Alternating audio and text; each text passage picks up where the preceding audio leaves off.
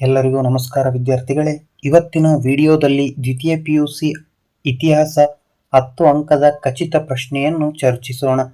ಪ್ರತಿ ವರ್ಷ ಗೌತಮ ಬುದ್ಧನ ಜೀವನ ಮತ್ತು ಬೋಧನೆಗಳು ಈ ಪ್ರಶ್ನೆ ಬಂದೇ ಬರುತ್ತದೆ. ಇದನ್ನು ಯಾವ ರೀತಿ ಬರೆದರೆ 10 ಅಂಕಗಳನ್ನು ಪಡೆದುಕೊಳ್ಳಬಹುದು ಎಂದು ನೋಡೋಣ. ಮೊದಲನೇದಾಗಿ ಎಲ್ಲರಿಗೂ ಗೌತಮ್ PUC ಅಕಾಡೆಮಿ ಯೂಟ್ಯೂಬ್ ಚಾನಲ್ಗೆ ಸ್ವಾಗತ. ಇದಕ್ಕಿಂತ ಮುಂಚೆ ಗೌತಮ್ PUC ಅಕಾಡೆಮಿ ಯೂಟ್ಯೂಬ್ ಚಾನಲಲ್ಲಿರುವ ವಿಡಿಯೋವನ್ನು ನೋಡಿಲ್ಲ ಅಂದರೆ ಈಗಲೇ ನೋಡಿ ಮತ್ತು ಪಕ್ಕದಲ್ಲಿರುವ ಸಬ್ಸ್ಕ್ರೈಬ್ ಬಟನ್ ಒತ್ತಿ ಮತ್ತು ಬೆಲ್ ಐಕಾನ್ ಕ್ಲಿಕ್ ಮಾಡಿ. ಇದಕ್ಕಿಂತ ಮುಂಚೆ ನಾನು ಎಲ್ಲ ವಿವರಿಸಿದ್ದೇನೆ, ಅಂದರೆ ನೀವು 100ಕ್ಕೆ 100 ಅಂಕಗಳನ್ನು ಯಾವ ರೀತಿ ತೆಗೆದುಕೊಳ್ಳಬೇಕು ಎಂದು. ನಾನು ಸಹ ಪರೀಕ್ಷೆಯಲ್ಲಿ 100ಕ್ಕೆ 100 ಅಂಕಗಳನ್ನು ತೆಗೆದುಕೊಂಡಿದ್ದೇನೆ ದ್ವಿತೀಯ PUC ಪರೀಕ್ಷೆಯಲ್ಲಿ. ಮತ್ತು ಈ ಗೌತಮ ಬುದ್ಧನ ಪರೀಕ್ಷೆಯಲ್ಲಿ 10 ಅಂಕಗಳನ್ನು ನಾವು ಯಾವ ರೀತಿ ಪಡೆದುಕೊಳ್ಳಬೇಕು ಎಂದು ನೋಡೋಣ. ಮೊದಲನೆಯ ಪಾಯಿಂಟ್ ಯಾವ ರೀತಿ ಬರೆಯಬೇಕಂದ್ರೆ, ಗೌತಮ ಬುದ್ಧನ ಆರಂಭಿಕ ಜೀವನ. ಗೌತಮ ಬುದ್ಧನ ಆರಂಭಿಕ ಜೀವನ, ಅದರಲ್ಲಿ ಕೆಲವೊಂದು ಅಂಶಗಳನ್ನ ವ್ಯಕ್ತಪಡಿಸಬೇಕು. ಗೌತಮ ಬುದ್ಧ ಬೌದ್ಧ ಧರ್ಮದ ಸ್ಥಾಪಕ. ಅವನು ಕ್ರಿಸ್ತಪೂರ್ವ 583ರಲ್ಲಿ ಲುಂಬಿನಿ ವನದಲ್ಲಿ ಜನಿಸಿದನು. ಈತನ ಮೊದಲ ಹೆಸರು ಸಿದ್ಧಾರ್ಥ. ಅದಾದ ನಂತರ ಅವನ ತಂದೆ ಶುದ್ಧೋಧನ, ತಾಯಿ ರಾಣಿ ಮಾಯಾದೇವಿ. ಶುದ್ಧೋಧನನು ಕಪಿಲವಸ್ತುವಿನ ಶಾಕ್ಯ ಕುಲದ ಮುಖ್ಯಸ್ಥನಾಗಿದ್ದನು. ಸಿದ್ಧಾರ್ಥ 7 ದಿನಗಳ ಮಗುವಾಗಿದ್ದಾಗ ತಾಯಿ ಮಾಯಾದೇವಿ ಮರಣ ಹೊಂದಿದಳು. ಆದ್ದರಿಂದ ಅವನ ಚಿಕ್ಕಮ್ಮ ಪ್ರಜಾಪತಿ ಗೌತಮಿ ಅವನನ್ನು ಪೋಷಿಸಿದಳು. ಸಿದ್ಧಾರ್ಥನನ್ನು ಅತ್ಯಂತ ಸುಖಭೋಗಗಳಲ್ಲಿ ಬೆಳೆಸಲಾಯಿತು. ಅವನ 16ನೇ ವಯಸ್ಸಿಗೆ ಯಶೋಧರೊಂದಿಗೆ ವಿವಾಹ ಮಾಡಲಾಯಿತು. ಅವರಿಗೆ ಜನಿಸಿದ ಗಂಡು ಮಗುವಿಗೆ ರಾಹುಲ್ ಎಂದು ಹೆಸರಿಡಲಾಯಿತು. ಅದಾದ ನಂತರ ಎರಡನೇ ಪಾಯಿಂಟ್ ಯಾವ ರೀತಿ ಬರೀಬೇಕು. ಮೊದಲನೆಯ ಪಾಯಿಂಟ್ ಗೌತಮ ಬುದ್ಧನ ಆರಂಭಿಕ ಜೀವನ. ಎರಡನೇ ಪಾಯಿಂಟ್ ಮಹಾಪರಿತ್ಯಾಗ.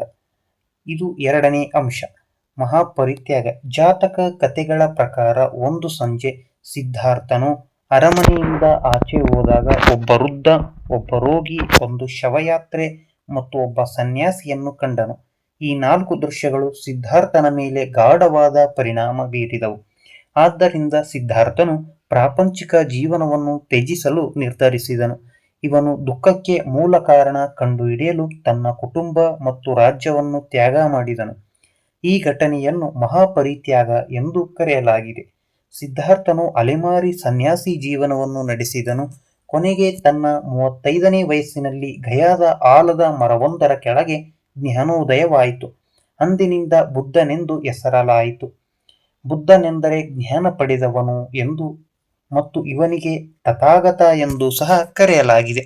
ಇದು ಎರಡನೇ ಪಾಯಿಂಟ್. ನಂತರ ಮೂರನೇ ಪಾಯಿಂಟ್ ಧರ್ಮಚಕ್ರ ಪ್ರವರ್ತನ. ಧರ್ಮಚಕ್ರ ಪ್ರವರ್ತನ, ಅವನು ಸ್ಥಾಪಿಸಿದ ಧರ್ಮವು ಬೌದ್ಧ ಧರ್ಮ ಎಂದು ಕರೆಯಲಾಗಿದೆ. ಬುದ್ಧ ತನ್ನ ಉಳಿದ ಜೀವನವನ್ನು ಜನಕಲ್ಯಾಣಕ್ಕಾಗಿ ಸಮರ್ಪಿಸಿದನು. ಸಾರನಾಥದಲ್ಲಿ ತನ್ನ ಪ್ರಥಮ ಪ್ರವಚನ ನೀಡಿದನು. ಇದನ್ನು ಧರ್ಮಚಕ್ರ ಪ್ರವರ್ತನ ಎಂದು ಕರೆಯುತ್ತಾರೆ. ನಂತರ ಇವನ ಆರಂಭಿಕ ಜೀವನದಲ್ಲಿ ಕೊನೆಯ ಪಾಯಿಂಟ್ ಮಹಾಪರಿನಿರ್ವಾಣ. ಬುದ್ಧ ತನ್ನ 80ನೇ ವಯಸ್ಸಿನಲ್ಲಿ ಉತ್ತರ ಪ್ರದೇಶದ ಕುಶಿನಗರದಲ್ಲಿ ಪರಿನಿರ್ವಾಣ ಹೊಂದಿದನು. ಇದು ಇವನ ಜೀವನ. ನಂತರ ಇವನ ಬೋಧನೆಗಳು ಯಾವ್ಯಾವು ಅಂದರೆ, ಬುದ್ಧನ ಬೋಧನೆಗಳು 3 ರೀತಿಯಲ್ಲಿ ವಿಂಗಡಿಸಲಾಗಿದೆ. ಮೊದಲನೆಯದು ಬುದ್ಧನ 4 ಮೂಲತತ್ವಗಳು, ನಂತರ 4 ಆರ್ಯ ಸತ್ಯಗಳು, ನಂತರ ಅಷ್ಟಾಂಗ ಮಾರ್ಗಗಳು. ಇದನ್ನು ಒಂದರಂತೆ ಒಂದು ನೋಡಬಹುದು. ಮೊದಲನೆಯದು ಗೌತಮ ಬುದ್ಧನ 4 ಮೂಲ ತತ್ವಗಳು. ಸುಳ್ಳನ್ನು ಹೇಳದಿರುವುದು ಮತ್ತು ಅಹಿಂಸೆ. ಸುಳ್ಳನ್ನು ಹೇಳದಿರುವುದು ಅಥವಾ ಸತ್ಯ ಯಾವುದು ಬರೆದರೂ ನಡೆಯುತ್ತದೆ. ಅದಾದ ನಂತರ ಅಹಿಂಸೆ ಅಂದರೆ ಹಿಂಸೆ ಮಾಡದಿರುವುದು, ಅಸ್ಥೇಯ ಮತ್ತು ಬ್ರಹ್ಮಚರ್ಯ ಪಾಲನೆ ಅಂದರೆ ಪವಿತ್ರತೆ ಎಂದು ಅರ್ಥ ನೀಡುತ್ತದೆ. ಬುದ್ಧನ 4 ಆರ್ಯ ಸತ್ಯಗಳು. ಇವನು 4 ಆರ್ಯ ಸತ್ಯಗಳನ್ನು ಹೇಳುತ್ತಾನೆ. ಪ್ರಾಪಂಚಿಕ ಜೀವನವು ದುಃಖಮಯವಾಗಿದೆ. ಆಸೆಯೇ ದುಃಖಕ್ಕೆ ಮೂಲ ಕಾರಣ. ಆಸೆಯನ್ನು ನಿಗ್ರಹಿಸುವುದರಿಂದ ಪುನರ್ಜನ್ಮವನ್ನು ಕೊನೆಗಾಣಿಸಬಹುದು. ಆಸೆಯನ್ನು ಕೊನೆಗಾಣಿಸಲು ಅಷ್ಟಾಂಗ ಮಾರ್ಗವನ್ನು ಅನುಸರಿಸಬೇಕು. ಹಾಗಿದ್ದರೆ ಅಷ್ಟಾಂಗ ಮಾರ್ಗಗಳು ಅಂದರೆ 8 ಅಷ್ಟಾಂಗ ಮಾರ್ಗಗಳು. ಅಷ್ಟ ಅಂದರೆ 8. ಇವರು 8 ಮಾರ್ಗಗಳನ್ನು ಹೇಳುತ್ತಾನೆ. ಅಂದರೆ ಒಳ್ಳೆಯ ನಂಬಿಕೆ, ಒಳ್ಳೆಯ ಆಲೋಚನೆ, ಒಳ್ಳೆಯ ಮಾತು, ಒಳ್ಳೆಯ ನಡತೆ, ಒಳ್ಳೆಯ ಪ್ರಯತ್ನ, ಒಳ್ಳೆಯ ಧ್ಯಾನ, ಒಳ್ಳೆಯ ಜೀವನೋಪಾಯ ಮತ್ತು ನಂತರ ಒಳ್ಳೆಯ ಮನಸ್ಥಿತಿ. ಅದಾದ ನಂತರ ಬೌದ್ಧ ಧರ್ಮದ 2 ಪಂಥಗಳು, ಹೀನಯಾನ ಮತ್ತು ಮಹಾಯಾನ. ಇವು ಬೌದ್ಧ ಧರ್ಮದ 2 ಪಂಥಗಳು. ಸಾಹಿತ್ಯ.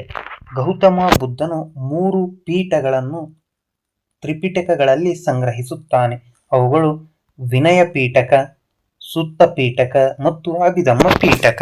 ಈ ಎಲ್ಲ ಬರೆದ ನಂತರ ಖಚಿತವಾಗಿ ನೀವು ಉಪಸಂಹಾರವನ್ನು ವ್ಯಕ್ತಪಡಿಸಲೇಬೇಕು. ಪ್ರತಿ ಪ್ರಶ್ನೆಗೂ ಉಪಸಂಹಾರ ಕಡ್ಡಾಯವಾಗಿರುತ್ತದೆ.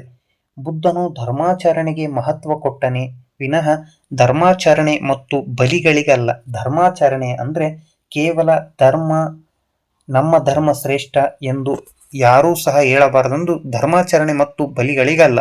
ಅವನು ಜಾತಿ ಪದ್ಧತಿ ವಿರೋಧಿಸಿ ಸಮಾನತೆಯನ್ನು ಪ್ರತಿಪಾದಿಸಿದನು, ಅಹಿಂಸೆಗೆ ಮಹತ್ವ ನೀಡಿದನು ಮತ್ತು ತನ್ನ ಸಂಘಕ್ಕೆ ಎಲ್ಲ ಜಾತಿಯ ಪುರುಷರು ಮತ್ತು ಸ್ತ್ರೀಯರಿಗೆ ಪ್ರವೇಶ ನೀಡಿದನು.